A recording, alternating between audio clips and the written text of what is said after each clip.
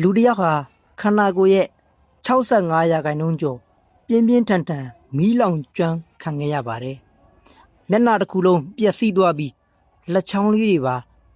ဖြတ်တောက်လိုက်ရတဲ့အထိဒုက္ခရောက်ခဲ့ရပါတယ်။ဒါရင်မဲလားဆိုတော့မဟုတ်သေးပါဘူး။အဲ့ဒီအဖြစ်ဆိုးကြီးဖြစ်ပြီး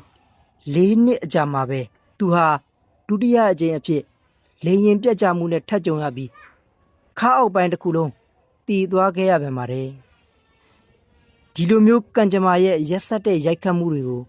စက်တိုက်ခံခဲ့ရရင်သင်ဆိုရင်ဘာဆက်လုပ်မလဲဘဝကိုအရှုံးပေးလိုက်မလားဒါပေမဲ့အခုကျွန်တော်ပြောမဲ့သူကမစ်ချဲဆိုတဲ့လူသားကတော့အရှုံးမပေးခဲ့ပါဘူးသူဟာဒီလိုဆိုးဝါးတဲ့ဘဝအခြေအနေကနေတန်းကြွယ်တထေးအောင်မြင်တဲ့စီးပွားရေးလုပ်ငန်းရှင်မြို့တော်ဝန်နဲ့ကဘာကျော်စိတ်သက်ခွန်အားပြီးဟောပြောသူတဦးဖြစ်ခဲ့ပါတယ်။သူဘယ်လိုဖြစ်အောင်လုပ်ခဲ့သလဲ။အရာအလုံးဆုံးရှုံးခဲ့ရတဲ့လူတစ်ယောက်ကအရာအလုံးကိုဘယ်လိုပြန်သိမ့်ပိုက်ခဲ့လဲဆိုတာ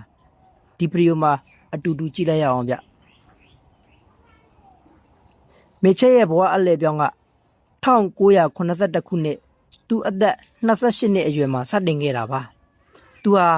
ဖရန်စကိုမြို့မှာဆိုင်ကယ်မောင်းနေရင်ကုန်ကားတစ်စီးနဲ့တိုက်မိပြီး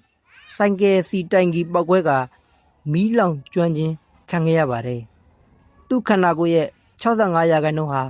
မီးလောင်ကျွမ်းသွားခဲ့ပြီး၄လကြာအောင်သတိမေ့မျောနေခဲ့ပါတယ်။ဆရာဝန်တွေကသူအသက်ရှင်ဖို့တော့မျှော်လင့်ချက်မရှိတော့ဘူးလို့ပြောခဲ့ကြပါတယ်။ဒါပေမဲ့သူအသက်ရှင်ခဲ့ပါတယ်။ဒါပေမဲ့ပေးဆက်လိုက်ရတာကတော့သူ့ရဲ့ရုပ်ရည်သူ့ရဲ့လက်ချောင်းတွေနဲ့ပုံမှန်အရည်ပြားတွေပဲဖြစ်ပါတယ်။ဒါဟာစိတ်တက်မကြပဲဘဝကိုအသစ်ကပြန်စားခဲ့ပါတယ်။ဒါပေမဲ့၄နှစ်အကြာ1985ခုနှစ်မှာတော့ဒုတိယကပ်ဘေးကြီးရောက်လာခဲ့ပြန်ပါတယ်။သူမောင်းနှင်လာတဲ့လေယာဉ်ငယ်ဟာအင်ဂျင်ချိုယွင်းပြီးပြတ်ကျခဲ့ပါတယ်။ဒီတစ်ချိန်မှာတော့သူ့ရဲ့ကြောရိုးသုံးနေရာကျိုးသွားပြီးခေါင်းအောက်ပိုင်းလေဖြတ်သွားခဲ့ရပါတယ်။သူဟာဘီတက်ကလက်ထိုင်ဝှီချဲပေါ်ကိုအပီးအပိုင်ရောက်ရှိသွားခဲ့ပါပြီ။သို့တော့မချဲသည်ကြောက်ရွံ့ခြင်းလုံးဝမရှိပဲသူများအပေါ်လဲအမိအခိုမပြူပဲဘဝတွင်အစားရနိုင်သမျှပြန်ရအောင်နေရောညပါလောက်ကန်လေတယ်။နောက်ပိုင်းတွင်မချဲသည်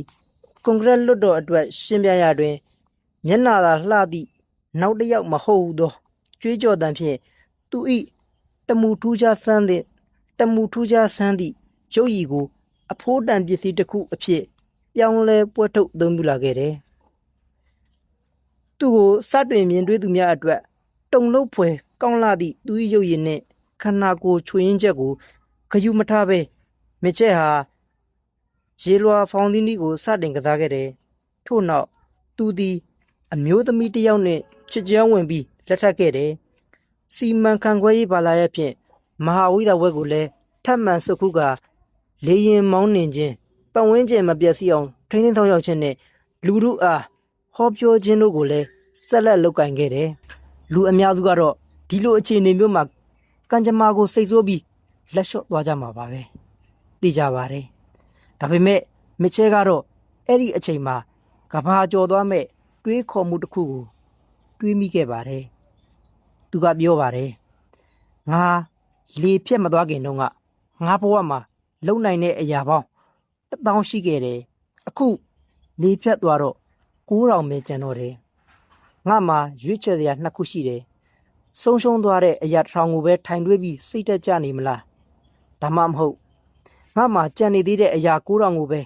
အာယုံစိုက်ပြီးအကောင်းဆုံးအသုံးချမလားဆိုတာပါပဲ။ဒါဟာသူ့ရဲ့အဓိကသတင်းစကားဖြစ်တဲ့ "And what happened to you? And what you do about it?" မင်းစီမှာဘာဖြစ်ပျက်ခဲ့လဲဆိုတာအရေးမကြီးပါဘူး။အဲ့ဒီအပေါ်မင်းဘာပြန်လုပ်မလဲဆိုတာပဲအရေးကြီးတယ်ဆိုတဲ့သဘောတရားပါပဲ။သူဟာအခြေအနေတွေကိုအပြစ်တင်မနေပဲမိမိကိုယ်ကိုပြောင်းလဲဖို့တာဝန်ယူခဲ့ပါတယ်။အဲ့ဒီနောက်မှာတော့မစ်ချဲဟာအံ့ဩစရာကောင်းတဲ့အောင်မြင်မှုတွေကိုစက်တိုက်ရယူခဲ့ပါတယ်။သူဟာတွဲဘက်တီထောင်သူအဖြစ် ပါဝင်ပြီးဂေဟစနစ်နဲ့ကန့်ညီတဲ့ကုန်ထုတ်ကုမ္ပဏီတစ်ခုကိုတည်ထောင်ခဲ့ရမှာတန်းကြွယ်တတိဖြစ်လာခဲ့ပါတယ်။ဒါရင်မကသေးပါဘူး။အရွေးကောက်ခံခေါင်းဆောင်တအုပ်အနေနဲ့မြို့တော်ဝန်အဖြစ်ပါတာဝန်ထမ်းဆောင်ခဲ့ပြီးအများပြည်သူအတွက်အကျိုးပြုခဲ့ပါတယ်။ပိုပြီးမယုံနိုင်ရကောင်းတာကတော့သူဟာဘီတက်ကလထိုင်နဲ့ဖြစ်နေပေမဲ့လီဒီခုံတာတောင်ပြင်ကနူးလေလော်တာတွေကိုပါအောင်မြင်အောင်လှုပ်ဆောင်ပြခဲ့ပါတယ်။မစ်ချဲရဲ့ဘဝဇလံကကျွန်တော်တို့ကိုပေးတဲ့သင်ခန်းစာကတော့ရှင်းရှင်းလေးပါကျွန်တော်တို့ဘဝမှာစီးပွားရေးပြတ်တာအချစ်ရေးအဆင်မပြေတာကျန်းမာရေးချိုးတဲ့တာစတဲ့ဒုက္ခတွေကြုံလာတဲ့အခါကံကြမ္မာကိုပဲထိုင်ပြီးအပြစ်တင်နေမလားဒါမှမဟုတ်ကြံရှိနေတဲ့အခွင့်အလမ်းကိုရှာဖွေမလားဆိုတာကိုယ်တိုင်ရွေးချယ်ရမှာဖြစ်ပါတယ်။ဘာကြောင့်လဲဆိုတော့သူပြောခဲ့သလိုပါပဲ What I focus on in life is what I got ဘဝမှာကိုဘာကိုအာယုံစိုက်တယ်လေအဲ့ဒီအရာကိုပဲကိုပြန်ရလိမ့်မယ်ဆိုတာပါပဲဖြစ်ပါတယ်။တငယ်ချင်းတို့ရောအခုလက်ရှိဘဝမှာဘာတွေကိုအကြောင်းပြချက်ပေးပြီးလက်လျှော့ခြင်းနေမိမလဲမချဲလိုမျိုးကြံရှိနေတဲ့အခွင့်အလမ်းပေါင်း9000ကိုရှာဖွေဖို့အဆင်သင့်ပဲလားတင်းရဲ့အမြင်တွေကိုကွန်မန့်မှာရေးပေးခဲ့ပါဦးဒီလိုစိတ်သက်ခွန်အားပေးဗီဒီယိုတွေကိုဆက်လက်ကြည့်ဖို့စာမျက်နှာကို like and subscribe လုပ်ပေးပါဦးအားလုံးကိုကျေးဇူးတင်ပါတယ်